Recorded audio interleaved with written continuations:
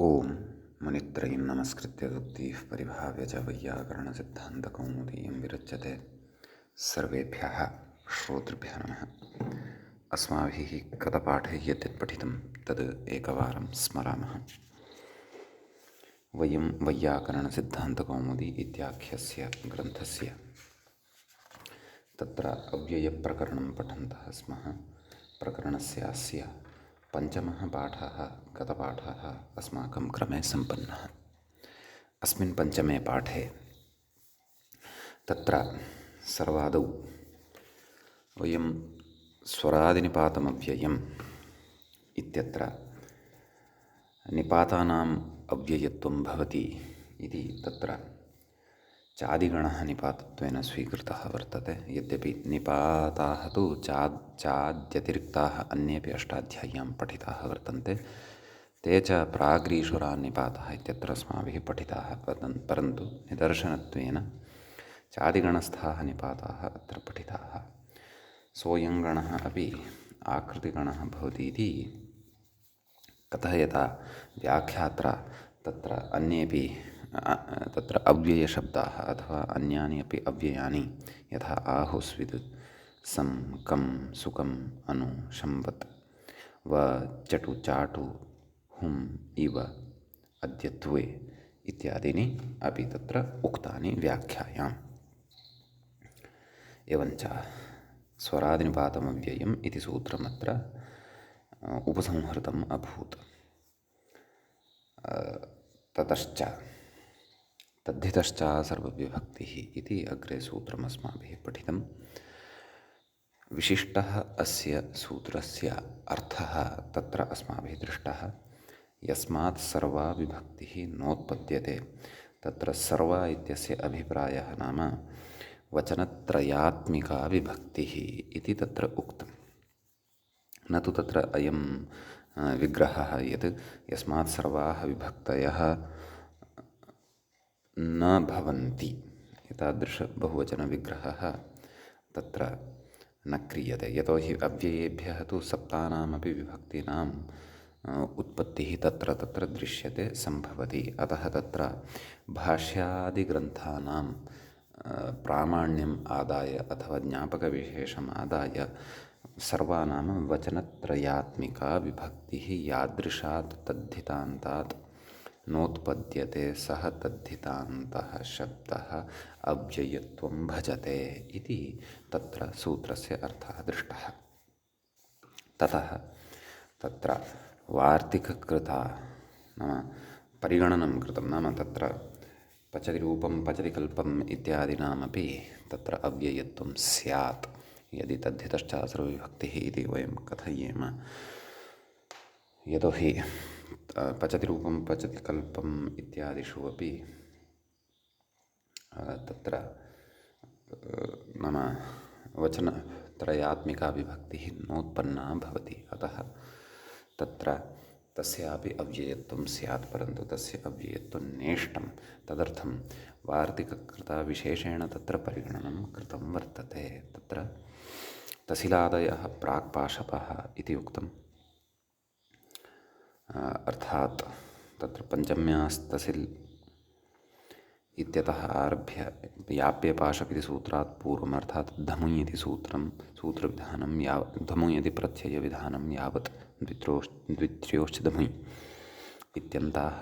तदनन्तरं षष्प्रभृतयः प्राक् समासान्तेभ्यः इत्युक्तम्। अर्थात् बफल्पार्थात् चस्कारकादन्यतरस्याम् इत्यतः अव्यक्तानुकरणात् द्वयवरार्थादनित उडाचिति डाजन्ताः। अपि च अम् अर्थात् अमुच्छन्दसि आम् अर्थात् गिमेतिङं व्ययघानां वद्रव्यप्रकर्षे तसिवति अर्थात् तसि इत्यनेन तसेश्च इत्यनेन विहितः यः प्रत्ययः सः वति इत्यनेन तेन तुल्यं क्रिया चेद्वतिः इत्यनेन विहितः यः वतिः सः च अत्र गृह्यते इति उक्तम्। अतः कारणात् अपि च नानायौ अपि अत्र गृह्यते। नानायौ इत्येतौ प्रत्ययौ अपि अग्रे अस्माभिः विनयिभ्यां नानायौ न सः इत्यनेन सूत्रेण पठिष्येते। अतः तेषामपि अत्र अव्ययकोटौ अन्तर्भावः कर्तव्यः तदन्तानामपि शब्दानाम्। अतः तत्र इदं विशिष्टं परिगणनम् अस्माभिः अत्र कृतं, येन यत्र तत्र सर्वत्र इतः कुतः इत्यादीनां तद्धितान्तानाम् अव्ययत्वं सिद्धं भवति। परिगणनस्यास्य च विशेषेण प्रयोजनं तत्र तद्धितेषु भविष्यति। अतः इदम् अस्माभिः बुद्धौ स्थापनीयम्। तदनन्तरं कृण्मेजन्तः इति सूत्रम् अस्माभिः पठितम्। अस्य सूत्रस्य केवलः अर्थः दृष्टः वर्तते, उदाहरणानां विषये तु चर्चा अत्र कर्तव्या अस्ति। तत्र उक्तं यत् कृद्यो मान्तः एजन्तश्च तदन्तम् अव्ययं स्यात् इति। कृतप्रत्ययाः भवन्ति, कृदधिकारश्च अस्माभिः पूर्वं पठितः वर्तते। यद्यपि कृदन्तप्रकरणं तु इतोपि न पठितं, तत्तु अग्रे पठिष्यते। तिङन्तप्रपञ्चस्य समाप्तेः परमेव तस्य पठनम् अस्माभिः करिष्यते। तथापि अत्र तन्नाम अस्माकं प्रकृते पूर्वम् अस्माभिः शब्दाधिकारे प्रयोजनवशात् कृदधिकारः ज्ञातः। प्रकृते तु कीदृशं कृदन्तम् अव्ययत्वं भजते तद्विषये उक्तं। नाम कृत् यः मान्तः एजन्तश्च, नाम मकारान्तः ए च प्रत्याहारस्थवर्णान्तः तदन्तम् अव्ययं स्यात् इत्युक्तं। तदन्तं नाम प्रत्ययग्रहणे तदन्ताः ग्राह्याः इति कृत्वा अयम् अर्थः तत्र लब्धः भवति इति उक्तमेव। गतपाठस्य अन्ते व्याख्यायाः पङ्क्तयः इत्थमासन्। कृन्मेजन्तः, कृत् मेजन्तः इति छेदः, मच ए च मेचौ तौ अन्ते यस्य इति बहुव्रीहिः। तदाह कृद्योमान्तः इति तदन्तम् इति केवलस्य कृतः प्रयोगानर्हत्वात् संज्ञाविधावपि तदन्तविधृतिभावः इति तत्र अस्माभिः पठितम्। सूत्रार्थः पठितः, उदाहरणानि तु अधुना द्रष्टव्यानि वर्तन्ते। एतावान् विषयः अस्माभिः गते पञ्चमे पाठे पठितः। अधुना तावत् षष्ठः पाठः अव्ययप्रकरणस्य अस्माकं क्रमे तत्र आरब्धो भवति। तत्र कृन्मेजन्तः इत्येतस्य उदाहरणानां चर्चा इदानीम् अग्रे करिष्यते। उदाहरणानि उपस्थाप्यमानानि वर्तन्ते ग्रन्थकारेण। कथयति अग्रे, स्मारं स्मारम् इति मूले अस्ति खलु, स्मारं स्मारं। कथयति आभीक्ष्णीर्मुल्च इति सूत्रम् अग्रे पठिष्यते अस्माभिः। आभीक्ष्ण्यं नाम किं भवति अथवा आभीक्ष्णं किं भवति इति पौनःपुण्यार्थे प्रयुज्यते। आभीक्ष्णम् इति अव्ययं, तस्य भावः आभीक्ष्ण्यम्, एवं खलु। तच्च अत्र पूर्वम् अस्माभिः विवरणे पठितमेव। ततश्च कथयति इति स्मृधातोः णमुल्, नाम स्मृ इति धातुः, स्मृचिन्तायाम्, एवं खलु। णमुल् प्रत्ययः भवति। णमुलः अम् इति अवशिष्यते। किम् अवशिष्यते? णकारस्य इति संज्ञा भवति, लकारस्यापि इति संज्ञा भवति, अम् इति एतावद् अवशिष्यते। स्मृ अम्। अग्रे कथयति अचोण्यणिति इति वृद्धिः। सम्यक्। यतोहि णमुल् णित् वर्तते, अतः अजन्तस्य अङ्गस्य वृद्धिः अचोण्यणिति इत्यनेन सूत्रेण क्रियते। सम्यक्। अतः तत्र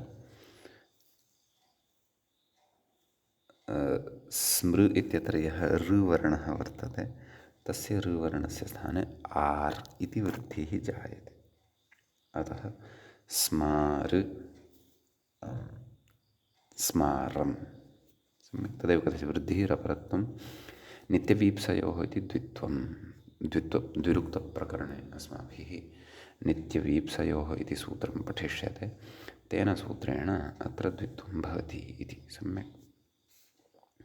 अग्रे मान्तकृदन्तत्वात् अव्ययत्वम् एवं खलु द्वित्वं विहितम्, अतः तदेव कृण्मेजन्तः इत्यनेन तत्र अव्ययत्वं भवति। यः सुप् उत्पन्नः भवति तस्य सुपः अव्ययादाप्सुपः इत्यनेन लोपः भवति इति अग्रे वक्ष्यते। अस्तु, अग्रे एदन्तस्य ऐदन्तस्यापि, यतोहि एजन्तं च यदि इत्युक्तं खलु, अतः एजन्तस्य उदाहरणद्वयं ददाति। आदौ एकारान्तस्य जीवसे इति अस्ति। कथयति तुमर्थे सेसेन सेसेन क्षे इति एकं सुदीर्घं सूत्रमस्ति खलु। तेन सूत्रेण प्रकृते जीवसे इति अव्ययं सिद्धं भवति। एवं खलु। एवं तर्हि तत्र कथयति व्याख्याता इत्यादिना असे प्रत्ययः, नाम जीव इति धातोः तत्र असे इति प्रत्ययः भवति। जीव असे जीवसे इति रूपं च तत्र सिद्धं भवति इत्यस्ति कश्चन विशेषः। सम्यक्। ततः यद्यपि इदं सूत्रं वेदे प्रवर्तते, एवं खलु, यतोहि छन्दसि इत्यस्य अधिकारे इदं सूत्रं भवति, अतः तद् जीवनार्थम् इति अर्थः भवति। इतोपि विशेषेण अर्थान् तु वयम् अग्रे पठिष्यामः यदा एतत् सूत्रं पठिष्यामः। वेदे एव प्रयुज्यते, अन्यत्र न प्रयुज्यते इत्यपि वयम् अग्रे स्पष्टीकरिष्यामः। अस्तु, तर्हि जीवसे इति एकारान्तं वर्तते, अतः अस्य अव्ययत्वं भवति कृण्मेजन्तः इत्यनेन। सम्यक्। तदनन्तरम् ऐकारान्तमपि अव्ययमेकं दर्शयति। पिबध्यै इत्यस्ति। कथयति तुमर्थे सेसेनसे, तदेव सूत्रं। तुमर्थे सेसेनसे असे असेन् क्षे क्षेन् अधे अध्ये अध्येन् कध्ये कध्यन् शद्धे शद्धीन् तवै तवैं तवेनः तृतीयाध्यायस्य चतुर्थपादस्य नवमं सूत्रं भवति। सम्यक्। अष्टाध्याय्याः पारायणादौ भवद्भिः इदं सूत्रं निश्चयेन पठितं स्यादेव, पारायणीकृतं स्यादेव। सम्यक्। अस्तु, ततः कथयति इत्यादिना, नाम तुमर्थ्यसे इत्यादिना शद्ध्यै प्रत्ययः, अयमपि कृत् प्रत्ययः अस्ति। यथा असे इति प्रत्ययः एतेनैव जीवसे इत्यत्र विहितः, तद्वत् प्रकृतेपि अयं प्रत्ययः कृत् प्रत्ययः वर्तते। कथयति शित्वात् सार्वधातुकत्वं, नाम पाधातोः अयं प्रत्ययः भवति। कः? शद्ध्यै इति प्रत्ययः। अस्य अध्यै इति अवशिष्यते, शकारस्य इति संज्ञा भवति, नाम अयं प्रत्ययः शित् वर्तते, सार्वधातुकम् अस्ति इति कृत्वा कथयति पाघ्रात्मास्थाम्ना दान् दृश्यर्ति सर्ति शतसदाम् इति पिबादेशः इति भावः, नाम पिब इति आदेशः भवति इति। पा इत्यस्य स्थाने तर्हि पिब ध्यै, पिबध्यै, पिब अध्यै मेलनेन पिबध्यै इति सिद्ध्यति। अव्ययत्वम् अस्यापि। कथयति शप्तुन, नाम प्रकृते सार्वधातुके परतः शप्तु न भवति। कुतः? कर्तृर्थे सार्वधातुके तद्विधेः, एवं खलु। नाम कर्तृर्थे सार्वधातुके परतः एव शप् विधीयते इति अस्माभिः तत्र तिङन्ताधिकारे पठिष्यते, यदा कर्तृशप् इति सूत्रं वयं पठिष्यामः तदा। सम्यक्। अत्र तु पश्यन्तु किं कथयति अव्ययकृतो भावे इति सिद्धान्तात् इत्याहुः, नाम अव्ययकृतः प्रत्ययाः ये वर्तन्ते, नाम यैः तत्र अव्ययं सम्पद्यते यैः कृतप्रत्ययैः, तादृशाः कृतप्रत्ययाः भावे भवन्ति इति सिद्धान्तः अस्ति। स च सिद्धान्तः अग्रे श्रोष्यते अस्माभिः कृत्सु। अतः प्रकृते यः अध्यै इति प्रत्ययः विहितः, सः प्रत्ययः तत्र नाम भावार्थे विहितः वर्तते, कर्तृर्थे न विहितः वर्तते। सार्वधातुकः वर्तते तिंशित् सार्वधातुकम् इत्यनेन, परन्तु सार्वधातुकः सन् सः कर्तृर्थे नास्ति, कर्तरि न विहितः वर्तते, भावे विहितः वर्तते। अतः एव शप् अपि न भवति। शप् यदि स्यात् तर्हि तु आं पिबध्यै, तदापि अतोगुण इत्यनेन पररूपे सति पिबध्यै इति एव स्यात् इति चिन्तयामि अहम्। यतोहि शध्यै इत्यस्य अध्यै इति खलु अवशिष्यते, अतः एव पिबध्यै इति सिद्ध्यति। परन्तु स्थलान्तरेषु कदाचित् निश्चयेन अनिष्टता स्यात् यदि शप् स्यात्। तानि स्थलान्तराणि तु द्रष्टव्यानि। पिबध्यै कोऽर्थः? पातुम् इति अर्थः भवति। तच्च छन्दसि छन्दसि तस्य प्रयोगः भवति। अतः तद् अग्रे अस्माभिः विस्तरेण पठिष्यते। परन्तु एवम् एकारान्ताः तत्र ये कृतप्रत्ययाः वर्तन्ते तदन्तानाम् अव्ययत्वं कृन्मेजन्तः इत्यनेन भवति इति एजन्तस्य उदाहरणत्वेन इदम् अस्माभिः अत्र श्रुतं। सम्यक्। ततः अग्रे किं कथयति? कृन्मेजन्तः इति सूत्रस्थः विषयः अयं सम्पन्नतां गतः। अधुना अस्माभिः अग्रे सूत्रं पठनीयं वर्तते। अत्र निदर्शनत्वेन तदेव मकारान्तत्वात् एकमेव उदाहरणं दत्तं स्मारम् एजन्तस्य उदाहरणद्वयं दत्तम्। इतोपि मकारान्तानि अव्ययानि भवितुमर्हन्ति कृत्सु, अपि च एजन्तानि अपि भवितुमर्हन्ति। तानि तु अस्माभिः सर्वाणि अपि कृदन्तप्रकरणपठनवेलायां स्फुटीकरिष्यन्ते। सम्यक्। अस्तु, इदानीम् अग्रिमं यत् सूत्रं वर्तते तद् अस्माभिः अत्र पठनीयं वर्तते। अग्रे सूत्रं वर्तते त्वातोऽसुन्कसुनः, एवं खलु। क्रमेण वयम् अष्टाध्याय्याः प्रथमपादस्य स्वरादिनिपातमव्ययम् इत्यादीनि सूत्राणि पठन्तः स्मः। नाम अव्ययविषयकाणि। अस्तु, तर्हि तत्र अग्रे अस्य सूत्रस्य पदच्छेदः द्रष्टव्यः। त्वातोऽसुन्कसुनः इति चेत् तत्र त्वातोऽसुन्कसुनः इति एकमेव पदं भवति। प्रथमाविभक्तेः बहुवचनान्तं भवति। कथमत्र विग्रहः इति चेत् तत्र त्वाच तोसुञ्च कसुञ्च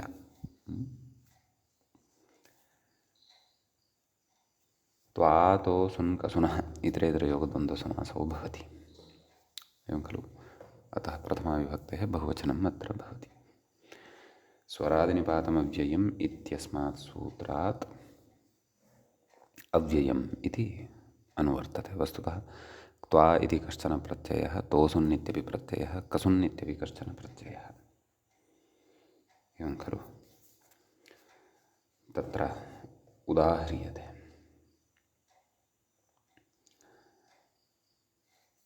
कृत्वेति सूत्रार्थः तु द्रष्टव्यः मूले।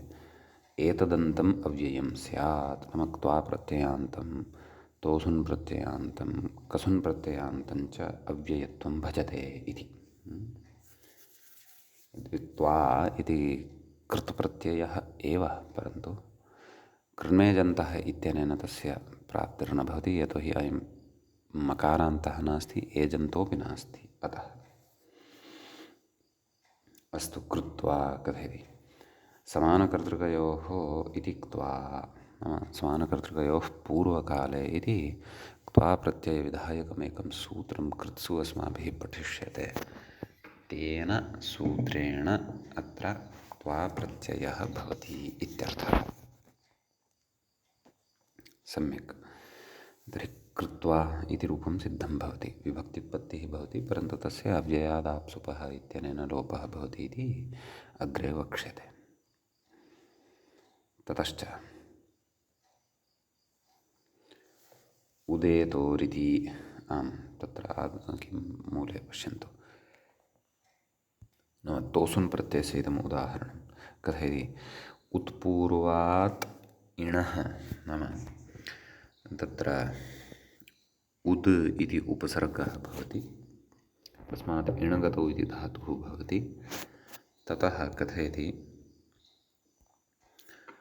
भावलक्षणे समग्रं सूत्रं भवति। भावलक्षणे स्थेन् क्रियावधिचारी हुतमेजनिभ्यस्तो सुन्, तोसुन् प्रत्ययविधायकं तत्सूत्रं भवति। कथयति इत्यादिना तोसुन् प्रत्ययः भवति,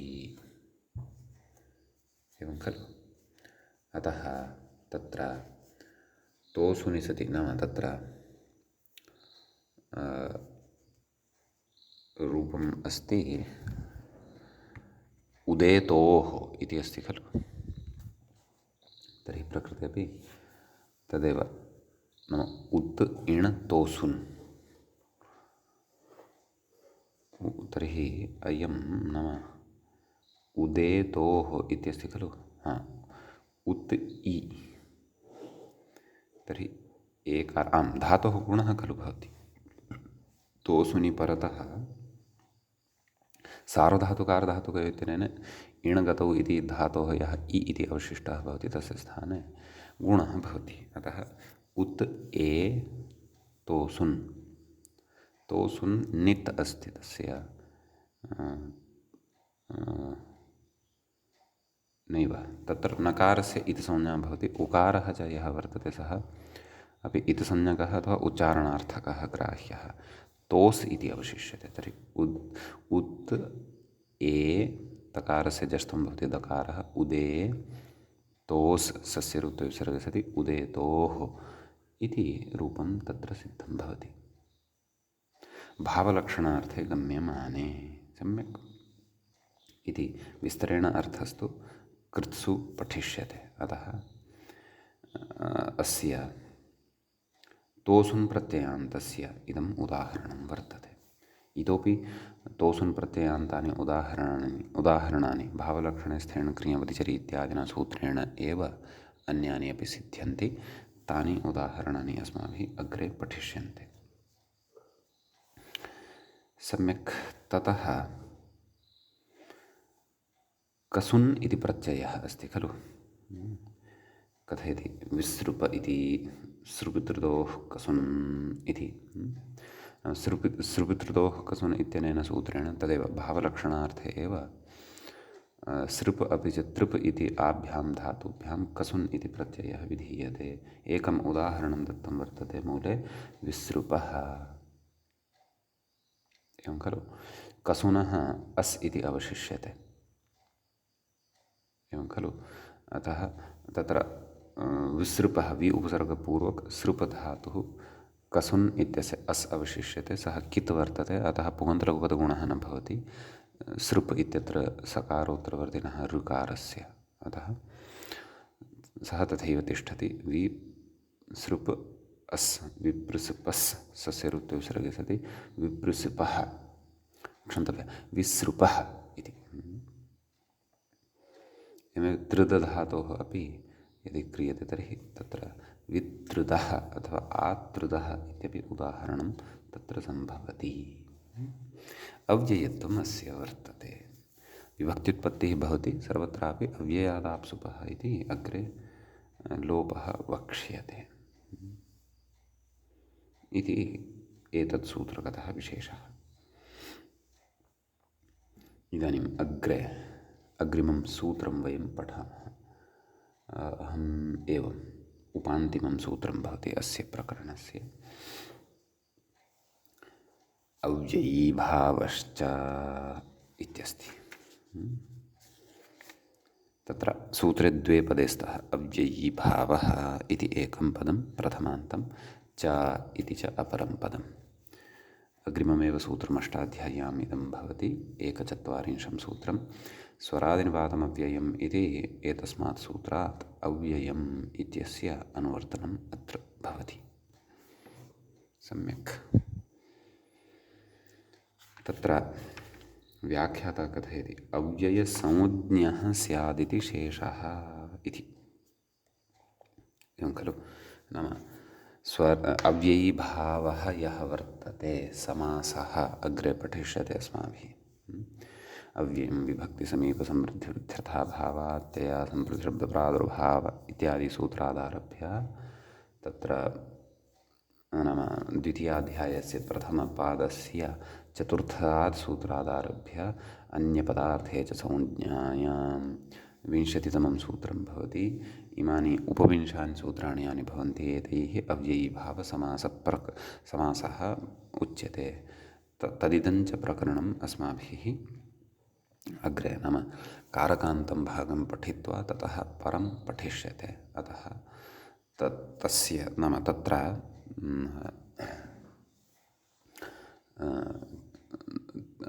तैः सूत्रैः सम्पन्नः यः अव्ययीभावसमासः भवति तस्य अव्ययत्वं भवति तत्र एकम् उदाहरणं कथयति अधिहरि इति कथयति व्याख्याता विभक्त्यर्थे अव्ययीभावः हरौ इत्यर्थः नाम तस्य हरौ इति अर्थः भवति एवं खलु तत्र च सर्वापि प्रक्रिया कथं भवति कथम् अव्ययीभावसमासस्य स्वरूपं भवति इति महता विस्तरेण अस्माभिः अव्ययीभावसमासप्रकरणे पठिष्यते अत्र बुद्धौ स्थापनीयं तदा च स्मर्तव्यं यत् अव्ययीभावसमासनिष्पन्नं यत् पदं भवति तत्पदम् अव्ययत्वं भजते इत्यर्थः समीचीनं ततः अग्रे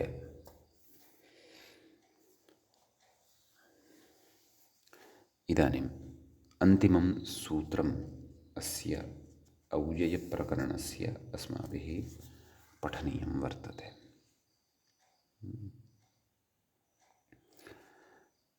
तत्र अव्ययसंज्ञाविधायकानि सूत्राणि तु अस्माभिः दृष्टानि एव पठितानि इदानीम् अन्या काचित् व्यवस्था अत्र उच्यमाना वर्तते केचन अन्ये च विशिष्टाः सिद्धान्ताः कथ्यमानाः वर्तन्ते ते अस्माभिः इदानीं पठनीयाः वर्तन्ते तत्र अग्रे कथयति सूत्रमस्ति अव्ययादाप्सुपः इत्यस्ति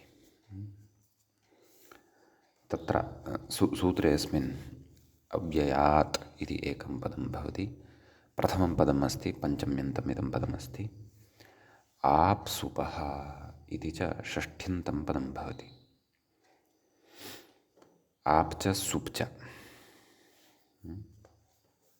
व्याख्याता विग्रहं कथयन्नस्ति आप च सुप् च आप्सुप् तस्य आप्सुपः समाहारद्वन्द्वात् षष्ठी नाम समाहारद्वन्द्वात् अत्र षष्ठीविभक्तिः वर्तते इति एवं खलु आप इति अग्रे पठिष्यते स्त्रीप्रत्ययप्रकरणे टाप् चाप् डाप् इति अग्रिमप्रकरणे एव प्रत्ययत्रयं पठिष्यते तस्य आप इति अवशिष्यते सम्यक्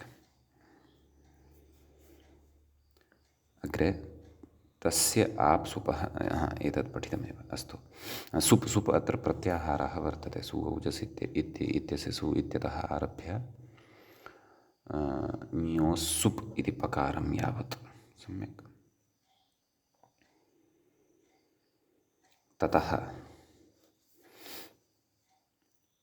अत्र किं किम् अनुवर्तते इति कथयति व्याख्याता ण्यक्षत्रियार्ष अर्थात् ण्यक्षत्रियार्षञ्तो योनिलुगणयोः इति एकं सूत्रं वर्तते तच्च तद्धितेषु अस्माभिः पठिष्यते तस्मात् अत्र लुक् इति अनुवर्तते इति भावः तदेव कथयति इत्यतः लुगित्यनुवर्तते तदाह अव्ययाद्विहितस्येति नाम सूत्रार्थं कथयति मूले सूत्रार्थं द्रष्टुं शक्नुमः अव्ययात् विहितस्य आपः सुपश्च लुक् स्यात् इति।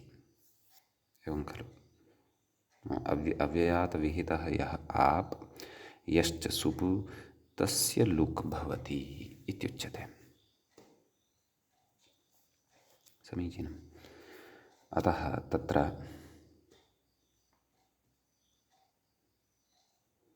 इति सूत्रस्य अर्थः वर्तते।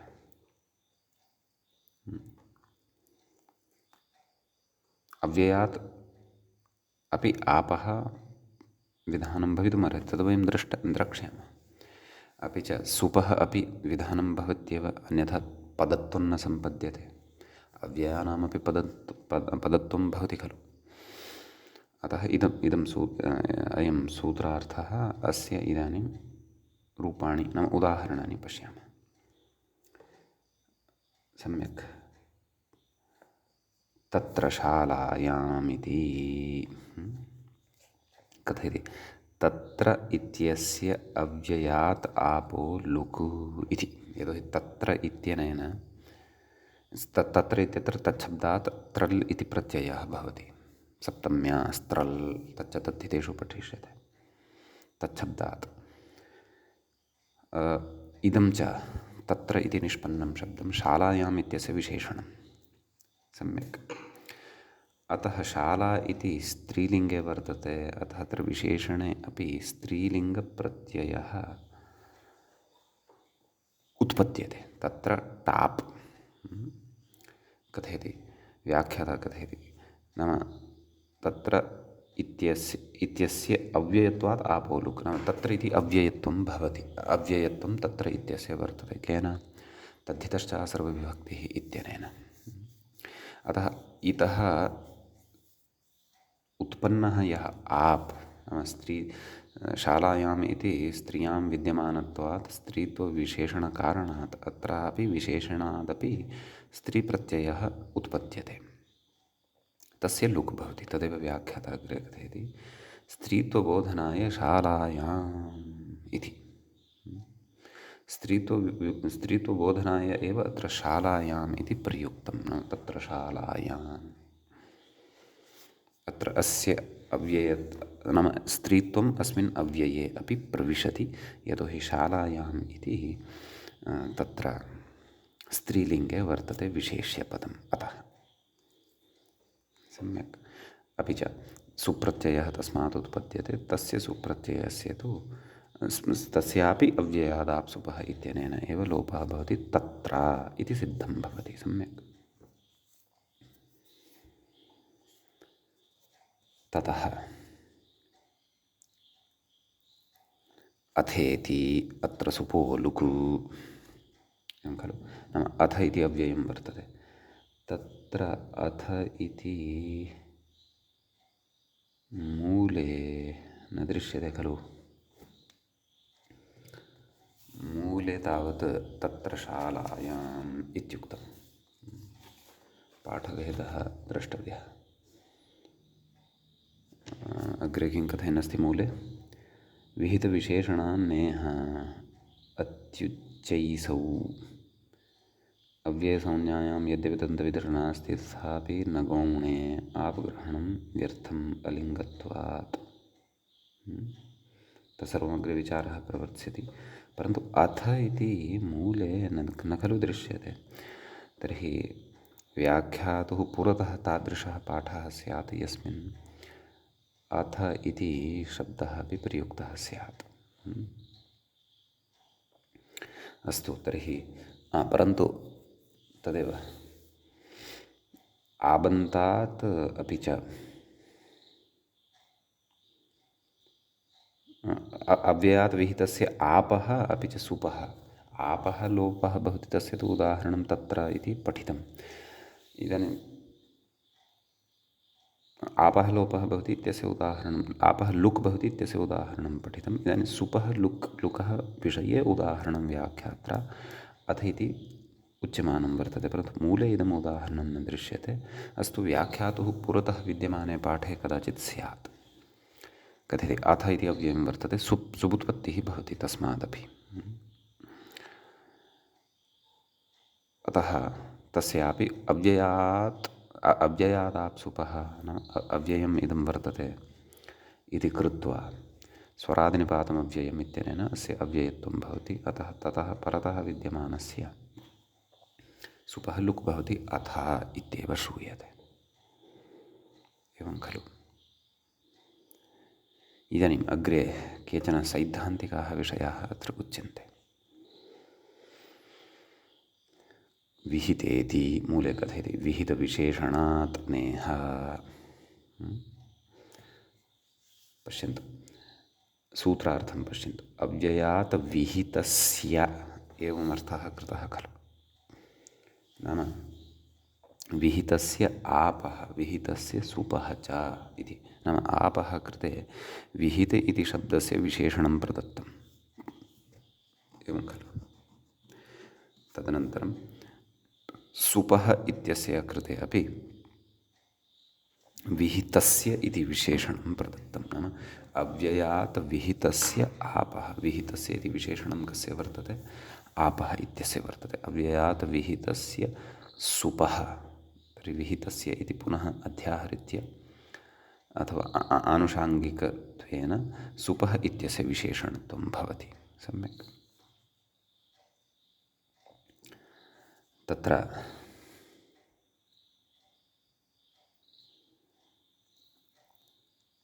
कथयति नाम विहित मूले किमुक्तम् अव्ययात् विहितस्य सुपश्च लुक् स्यात् इति सूत्रार्थः उक्तः खलु। आम् अग्रे किं कथयन्नस्ति मूले विहितविशेषणात् नेह नाम विहितविशेषणत्वम् अत्र स्वीक्रियते इति कृत्वा तस्मात् अत्र न भवति। क्व अत्युच्चैसौ इति। कथम् अत्र विग्रहः? उच्चैः अतिक्रान्तः इति विग्रहे अत्यादयः क्रान्ताद्यर्थे द्वितीयया इति समासः। सम्यक्। कथयति अधिकरणशक्तिप्रधानानि अव्ययानि वृत्तिविषये शक्तिमत्प्रधानानि भवन्ति। एवं खलु। अग्रे कथयति पश्यन्तु अत्र विवरणम् अवगन्तव्यम्। आदौ नाम या मूले पङ्क्तिः वर्तते तस्याः एव पङ्क्तेः समन्वयनं कर्तव्यं वर्तते। आम् अत्र पश्यन्तु आदौ किं कथयति नाम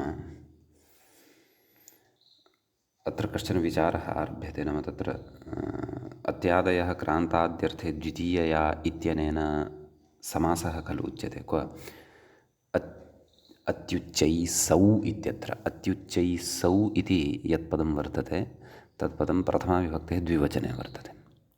एकवचने अत्युच्चैसः अत्युच्चैसौ, बहुवचने अत्युच्चैसः अत्युच्चैस् अस् अत्युच्चैसः एवं। बहुवचने एकवचने प्रायः अत्युच्चैः इति अत्युच्चैः इति, द्विवचने अत्युच्चैसौ, बहुवचने अत्युच्चैसः एवं रीत्या रूपाणि अत्र भवन्ति। अस्तु, तत्र द्विवचनस्य रूपम् अस्ति मूले अत्युच्चैसौ इति। तत्र तथा स्पष्टतायै स्पष्टता भवतु अध्येतॄणाम् इत्येतदर्थं तदुक्तं वर्तते। अस्तु। आम् तर्हि किं कथयति उच्चैरतिक्रान्तः इति विग्रहे अत्यादयः क्रान्ताद्यर्थे द्वितीयया इति समासः। इदं च वार्तिकम् अस्माभिः अग्रे पठिष्यते इत्युक्तमेव। नाम पूर्वम् असकृतप्रकरणेषु इदं वार्तिकम् अस्माभिः द्वितीयासमासवेलायां स्मृतं। यत्र अत्यादयः इत्यनेन समासः अस्माभिः विहितः। कथयति नाम तर्हि अत्र उच्चैः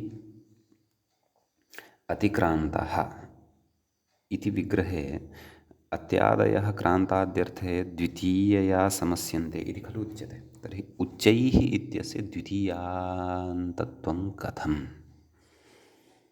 एवं खलु। सः विषयः सः विचारः अत्र प्रवर्तते। कथयति अधिकरणशक्तिप्रधानानि अव्ययानि वृत्तिविषये शक्तिमत्प्रधानानि भवन्ति। नाम वस्तुतः अव्ययानि यानि भवन्ति तानि अधिकरणशक्तिप्रधानानि भवन्ति। अधिकरणशक्तिः अधिकरणार्थः तेषु भवति। वृत्तिविषये शक्तिमत्प्रधानानि भवन्ति। एवं खलु। नाम वृत्तिविषये, नाम वृत्तिः नाम समासवृत्तिः अत्र वर्तते, वृत्तिविषये तेषां शक्तिमत्वं भवति इति भावः। यथा दोषाम् अन्यम् अहः दिवा भूता रात्रिः इति। दोषामन्यम् अहः, दोषामन्यम् अहः इति अस्ति, तद् अग्रे पठिष्यते, कारकेषु अपि एतादृशाः विचाराः आगमिष्यन्ति। दोषामन्यम् अहः नाम इदम् अहः दोषामन्यं नाम रात्रिवत् वर्तते इति भावः। दिवा भूता रात्रिः, तत्र या रात्रिः वर्तते सा रात्रिः दिवा भूता वर्तते। सम्यक् एतादृशेषु स्थलेषु एतेषाम् अव्ययानां शक्तिमत्वं दृश्यते इति भावः। नाम काचित् शक्तिः, कश्चन अर्थः विशिष्टः तत्र वृत्तौ अपि भवति इति भावः। कथयति तर्हि दोषामन्यः अहः दिवा भूता रात्रिः एवं रीत्या प्रयोगाः दृश्यन्ते इति कृत्वा द्वितीया सम्भवात्, नाम द्वितीया अत्र सम्भवति, नाम अत्यादयः क्रान्ताद्यर्थे द्वितीयया इत्यनेन उच्चैस् नाम अति उच्चैस् इत्यत्र उच्चैस् इत्यस्य द्वितीयान्तत्वात् ग्रहणं भवितुम् अर्हति इति। नाम तदेव अव्ययानि खलु, कथं द्वितीयान्तत्वं तस्य उच्यते? अव्ययानां तु अधिकरणशक्तिप्राधान्यम् अधिकरणशक्तिप्रधानानि अव्ययानि भवन्ति खलु। परन्तु तर्हि तथा चेत् अत्र कथं तत्र द्वितीयायाः निर्वाहः क्रियते? द्वितीया यदि आनया तर्हि कर्मत्वम् अपेक्षितं स्यात् खलु, कर्मणि द्वितीया खलु भवति, अतः तत्र कथं वा द्वितीया स्यात् तद्विषये अत्र काचित् युक्तिः प्रदर्शिता वर्तते। नाम वृत्तिविषये एतेषां शक्तिमत्वं भवति, शक्तिमत्वं पुरस्कृत्य तत्र कदाचित् कर्मत्वं वा करणत्वं वा एवं रीत्या अपि इमानि कानिचन अव्ययानि स्वीकर्तुं शक्यन्ते इति भावः। तादृशं निदर्शनञ्च एतादृशेषु प्रयोगेषु भवति। दिवा दोषामन्यः अहः,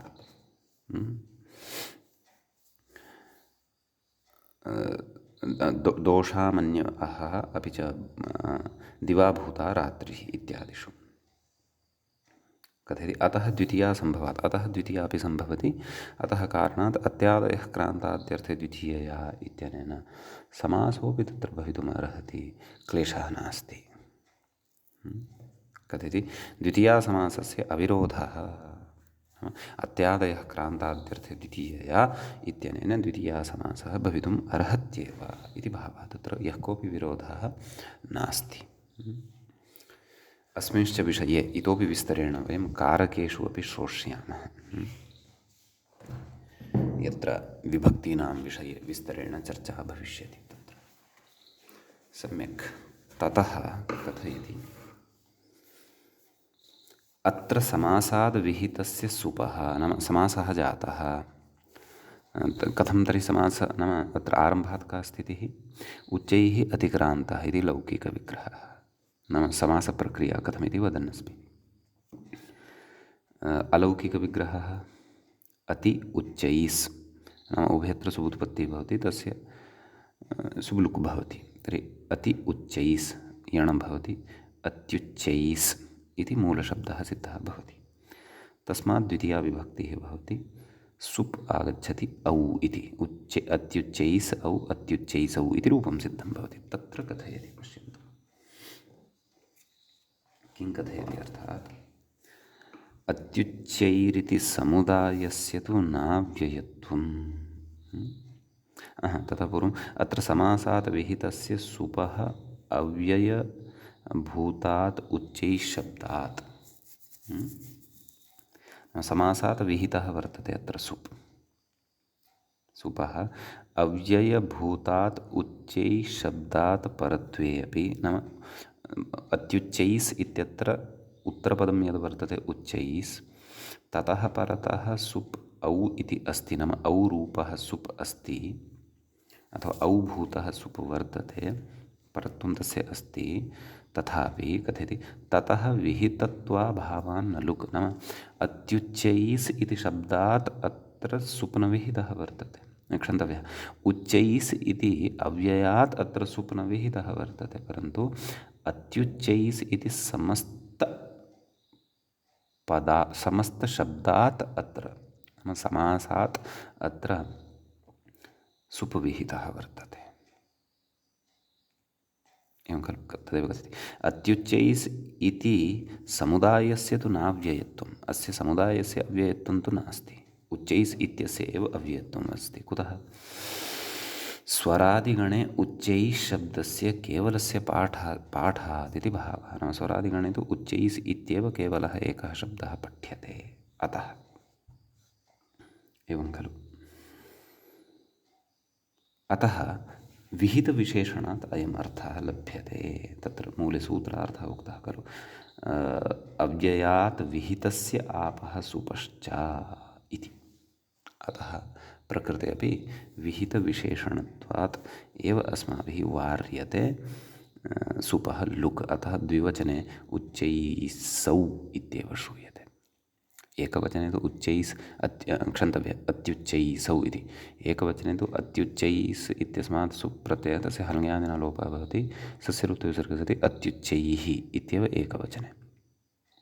द्विवचने अत्युच्चैसौ, बहुवचने अत्युच्चैसः, अत्युच्चैसम्, अत्युच्चैसौ, अत्युच्चैसः। एवं रीत्या अन्यानि रूपाणि अत्युच्चैसा, अत्युच्चैर्भ्याम्, अत्युच्चैर्भिः। एवम् अन्यानि रूपाणि सर्वाणि अत्र अस्माभिः साधयितुं शक्यन्ते। यतोहि समग्रोऽपि शब्दाधिकारः अस्माकं बुद्धौ अथवा अस्माभिः पठितः वर्तते। अस्तु, एवं तर्हि अयमपि कश्चन विशेषः ज्ञातः सैद्धान्तिकः। अग्रे तत्र अन्यः कश्चन सिद्धान्तः उच्यते। ननु स्वरादिगणे केवल उच्चैः शब्दस्य पाठे अपि पुनः तत्रैव पूर्वपक्षी स्वकीयं मतं स्थापयन् अस्ति।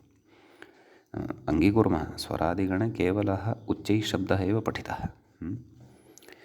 कथयति पाठे अपि स्वरादिनिपातमव्यमिति अव्ययसंज्ञा भवत्येव। एवं खलु। कुतः? कस्य? अत्युच्चैस् इति शब्दस्य प्रयोजनं सर्वनाम अव्ययसंज्ञायाम् इति वचनात् आशङ्कते। किम्? अव्ययसंज्ञायां यद्यपि तदन्तविधिरस्ति तथापि न गौणेन अव्ययसंज्ञायां तदन्तविधिरस्ति इत्युच्यते। एवं खलु। तत्रापि तत्र कारणं किं कथयति नाम प्रयोजनं सर्वनाम अव्ययसंज्ञायाम्। एतत्तु अव्ययसंज्ञाविषये कथयन् अस्ति। एवं खलु। नाम केवलः उच्चैः शब्दः पठितः तत्र, तथापि स्वरादिनिपातमव्ययमिति अव्ययसंज्ञा भवत्येव। कस्य? अत्युच्चैस् इत्यस्य विषये खलु उच्यमानं वर्तते। परन्तु कथं कथयति? प्रयोजनं सर्वनाम अव्ययसंज्ञायाम् इति। एवं खलु। नाम अस्य वचनस्य इदानीम् अभिप्रायः द्रष्टव्यः वर्तते।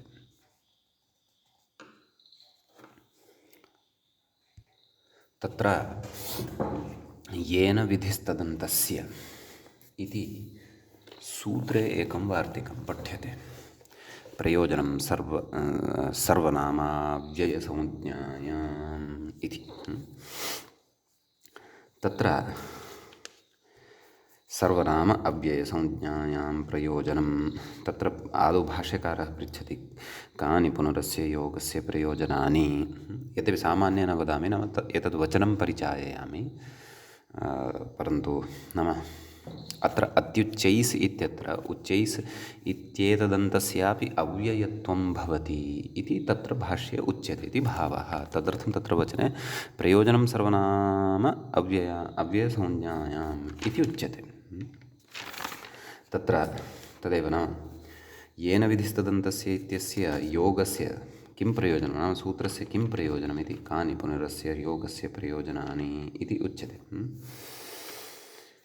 तत्र तदा कथयति प्रयोजनं सर्वनाम अव्ययसंज्ञायां। ततः कथयति भाष्यकारः अस्य वचनस्य व्याख्यानं कुर्वन् सर्वनाम अव्ययसंज्ञायां प्रयोजनं सर्वे परमसर्वे विश्वे परमविश्वे इति तु सर्वनाम्नः उदाहरणं प्रदत्तम्। उच्चैः परमोच्चैः नीचैः परमनीचैः एवं रीत्या अव्ययान्तस्य अपि तत्र उदाहरणं प्रदत्तं, नाम तदन्तविधिः भवति इति भावः। सम्यक् इति तत्र उक्तं, नाम तेन किम् उक्तं नाम अव्ययानामपि तदन्तविधिः भवति इति। तदेव इदानीम् अत्र आगच्छन्तु। किं कथयति, ननु स्वरादिगणे बालमनोरमायां ननु स्वरादिगणे केवलोच्चैशब्दस्य पाठे अपि स्वरादिनिपातमव्ययम् इति अव्ययसंज्ञा भवत्येव, एवं खलु। ततः कथयति प्रयोजनं सर्वनाम अव्ययसंज्ञायाम् इति वचनात्, नाम तदन्तविधिविधायकम् इदं वचनं भाष्यस्य भवति इति भावः। यद्यपि अस्य वचनस्य विषये विस्तरेण वयं भाष्ये एव पठितुं शक्नुमः, परन्तु एतेन वचनेन अव्ययेषु अपि तदन्तविधिः भवति इति उच्यते। तर्हि अतः अत्युच्चैस् इति उच्चैस् इति शब्दान्तस्यापि अव्ययसंज्ञा भवति। सम्यक् तदेव तेन परमस्वः परमोच्चैः इत्यादीनि अव्ययानि अपि सिद्ध्यन्ति इति प्रयोजनम् अस्ति इति भाष्ये। तत्र भाष्ये तु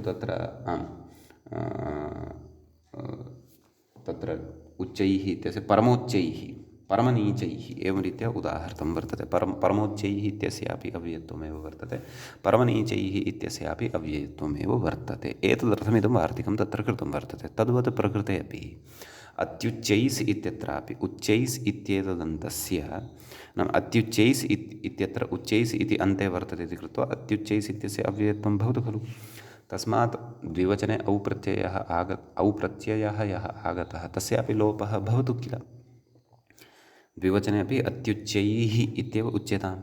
अत्युच्चैस् सस्यरूपे विसर्गे सति अत्युच्चैः इत्येव उच्यताम् इति आशङ्कते। नाम एवं रीत्या भाष्यस्य वचनं पुरस्कृत्य अत्र शङ्कां करोति। किमाशङ्कते पश्यन्तु। अव्ययसंज्ञायां यद्यपि तदन्तविधिरस्ति, केन प्रयोजनं सर्वनाम अव्ययसंज्ञायाम् इति भाष्ये अव्ययसंज्ञायां तदन्तविधिः यद्यपि उक्तः वर्तते, तथापि न गौणे परिहरति, नाम तथापि न गौणे तु न भवति इति भावः। कुतः तत्र प्रमाणं किं कथयति, सर्वनामसंज्ञायाम् उपसर्जनस्य न, एवं खलु इति प्रकृतः प्रतिषेधः अव्ययसंज्ञाविधौ अनुवर्तते इति तद्धितश्चासर्वविभक्तिः इति सूत्रे भाष्ये स्पष्टमिति भावः। भाष्यमेव प्रमाणं भवति भोः। गौणे नाम अत्र गौणत्वं वर्तते, अत्युच्चैः इत्यत्र उच्चैस् इत्यस्य गौणत्वं वर्तते, अतः गौणे तदन्तविधिः न प्रवर्तते। गौणे प्रयोजनं सर्वनामाव्ययसंज्ञायाम् इति तदन्तविधिः गौणत्वे अपि न प्रवर्तते इति भावः। इति भाष्ये एव स्पष्टीकरणं कृतं वर्तते इति तत्र उच्यते। सम्यक् तदेव एतत् पङ्क्तेः समन्वयनं कर्तुं शक्यते। विस्तरेण तु भाष्यस्य एव आशयं ज्ञात्वा वयं स्पष्टीकुर्मः। नाम सर्वनामसंज्ञायाम् उपसर्जनस्य न इति प्रकृतः प्रतिषेधः यः भाष्ये उक्तः सः अव्ययसंज्ञाविधौ अपि अनुवर्तते, तत्रापि तस्य अनुवर्तनं भवति। वस्तुतः सर्वनामसंज्ञायाम् उपसर्जनस्य निषेधः अष्टाध्याय्याम् एवं न बहुव्रीहौ इत्यत्र खलु उक्तः। सः निषेधः अव्ययसंज्ञाविधौ अपि अनुवर्तते इति उच्यते। गौणे बहुव्रीहौ अपि गौणत्वं भवति खलु पदानां। यद्यपि तत्र तु महत् शास्त्रार्थम् एव वयं कृतवन्तः, महच्छास्त्रार्थं, परन्तु तत्र प्रायः अष्टाध्यायी क्रमं पुरस्कृत्य एव इदम् उच्यमानं वर्तते। अतः तत्र गौणत्वे यः निषेधः सर्वनामसंज्ञायाः उक्तः सः अव्ययसंज्ञायामपि अनुवर्तते। अतः यत्र अव्ययस्य परमस्वः परमोच्चैः, परमस्वः इत्यत्र स्वर् इति अव्ययं भवति, परमोच्चैः इत्यत्र उच्चैस् इति अव्ययं भवति, एवं खलु। यत्र परमस्वः परमोच्चैः इत्यत्र गौणत्वं नास्ति तत्रैव तदन्तविधिः, तत्रैव तस्य अव्ययत्वात् सुब्लुक् भवति। सम्यक्। यत्र तु गौणत्वं वर्तते तत्र सुब्लुक् न भवति। अतः द्विवचने परमोच्चैसौ एवं परमोच्चैसौ इति रूपम् एव वक्तव्यम् इति भावः। एवं किल इति सैद्धान्तिकः विषयः। अग्रे कथयति आप्ग्रहणं व्यर्थमिति। मूले उक्तं खलु आप्ग्रहणं व्यर्थम् अलिङ्गत्वात् कथयति। अव्ययादाप्सुपः इति सूत्रे इति शेषः। नाम अत्र आप्ग्रहणं न कर्तव्यं। कुतः? स्त्रीप्रत्ययः एव अत्र नोत्पद्यते। कुतः नोत्पद्यते? अलिङ्गत्वात्। नाम अव्ययानां तु यत्किमपि लिङ्गमेव न भवति खलु। कथयति अग्रे अव्ययानां लिङ्गभावादित्यर्थः, लिङ्गाभावादित्यर्थः, यत्किमपि लिङ्गमेव न भवति। तथा च वार्तिकं, तत्र वार्तिकम् अस्ति। अव्ययादाब् लुग्वचन आनर्थक्यं लिङ्गाभावात् इति। अग्रे कथयति तथा च तद्धितश्चा सर्वविभक्तिः इति सूत्रे भाष्ये अपि उक्तं, तत्रापि उक्तं किं? स्त्रीपुंनपुंसकत्वानि सत्त्वगुणाः एकदद्वित्वबहुवचनानि च एतान् अर्थान् ये वियन्ति तद् अव्ययम् इति। नाम एवं रीत्या अर्थाः ये उक्ताः वर्तन्ते तान् वियन्ति। नाम तद् एतद्गुणरहिताः ये भवन्ति, यद्भवति तत् अव्ययम् इत्युच्यते। एतान् अर्थान् ये न वियन्ति इति, वियन्ति इति न, ये न वियन्ति इति। नाम अत्र वियन्ति इति यत् क्रियापदं वर्तते तदिदं क्रियापदं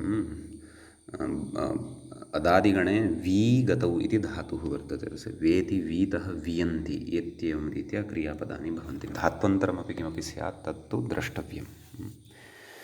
अस्तु, तर्हि तत्र नाम एतान् अर्थान् न वियन्ति, अर्थात् प्रायः एतान् अर्थान् न गच्छन्ति अथवा एतेषाम् अर्थानाम् अनुसरणं ये न कुर्वन्ति। यतोहि वीगत्यर्थकः इति धातुः उक्तः खलु। के अर्थाः? स्त्रीपुंनपुंसकत्वानि सत्त्वगुणाः एकदद्वित्वबहुत्वानि। नाम एवं रीत्या सत्त्वगुणाः येषु न भवन्ति, एकदद्वित्वबहुत्वानि च येषां न भवन्ति, तानि अव्ययानि भवन्ति इति उच्यते। सम्यक्। इति कश्चन विशेषः एतत् सूत्रगतः। अग्रे केचन सिद्धान्ताः अत्र उच्यमानाः वर्तन्ते। कथयति ननु अव्ययानां लिङ्गाभावे सदृशं त्रिषु लिङ्गेषु इति आथर्वणश्रुतिविरोधः इत्याशङ्क्य परिहरति। नाम आथर्वणश्रुतौ इदं वचनं भवति। किं? सदृशं त्रिषु लिङ्गेषु सर्वासु च विभक्तिषु वचनेषु च सर्वेषु यन्नव्येति तदव्ययं। नाम अव्ययलक्षणम् इतोपि स्फुटीकृत्य कथयति। एवं खलु। अतः प्रसिद्धः एषः श्लोकः अस्माभिः पूर्वमपि तत्र उक्तः एव। एवं खलु। तत्र सदृशं त्रिषु लिङ्गेषु तत्र अन्वयं करोति। व्याख्याता श्लोकस्य अन्वयमपि कथयन् अस्ति। त्रिषु लिङ्गेषु सर्वासु च विभक्तिषु वचनेषु सर्वेषु वचनेषु यत् न व्येति, नाम विकारं न प्राप्नोति। यथा च इति चेत् च च च, अत्र इति चेत् अत्र अत्र अत्र एवमेव सर्वत्र। किन्तु सदृशम् एकप्रकारमेव भवति तदव्ययम् इति आथर्वणश्रुतियोजना। नाम आथर्वणश्रुतिः या एषा वर्तते सदृशं त्रिषु लिङ्गेषु भाष्ये एषा कारिका पठिता भवति, परन्तु ततः अपि पूर्वम् आथर्वणश्रुतित्वेन सङ्कलनं भाष्यकारेण अस्य श्लोकस्य कृतं वर्तते। अतः अत्र एवं रीत्या अर्थः ग्राह्यः, नाम यस्य विकारः एव न भवति तदव्ययम्। कथयति अत्र विभक्तिवचनशब्दौ कारकसङ्ख्यापरौ न तु प्रत्ययपरौ। विभक्तिवचन इत्यनेन कारकत्वं ग्राह्यं, कारकस्य संख्या गृह्यते न तु प्रत्ययस्य। अन्यतरग्रहणवैयर्थ्यात्, यतोहि सदृशं त्रिषु विभक्ति किमुक्तं विभक्तिवचनशब्दौ, तर्हि एवं विभक्तिः वचनं च समानः एव खलु विषयः, यतोहि एकवचनं द्विवचनं बहुवचनम् एतेषामेव विभक्ति इति संज्ञां भवति खलु। अतः किं कथयति विभक्तिवचनशब्दौ कारकसङ्ख्यापरौ एवं खलु, नाम तर्हि विभक्ति इत्यनेन कारकं ग्राह्यं वचन इत्यनेन च संख्या ग्राह्या एवं रीत्या, अथवा अन्यथा अन्यतरग्रहणवैयर्थ्यात् एवं खलु। यदि प्रत्ययपरौ एव स्वीकुर्मः, विभक्ति नाम प्रत्ययः एव अर्थः, यदि प्रत्ययानामेव समुदायः विभक्तिः, वचनं नाम प्रत्ययः एव अस्ति, तर्हि तु अन्यतरस्य ग्रहणस्य तत्र प्रयोजनमेव न स्यात् इति भावः। सम्यक्, एतावान् विशेषः अस्मिन् पाठे अत्रैव उपसंह्रियते। अद्यतनपाठः च अत्रैव उपसंह्रियते। मङ्गलं कुर्मः। मुनित्रयं नमस्कृत्य उक्तिः परिभाव्य च वैयाकरणसिद्धान्तकौमुदीयं विरच्यते। एवञ्च अव्ययप्रकरणस्यास्य अस्माकं क्रमे षष्ठः एषः पाठः सम्पन्नतां गतः। अत्र केचन सैद्धान्तिकाः विचाराः इतोपि अवशिष्टाः सन्ति, तान् विचारान् वयम् अग्रिमे पाठे श्रोष्यामः। नमः सर्वेभ्यः श्रोतृभ्यः।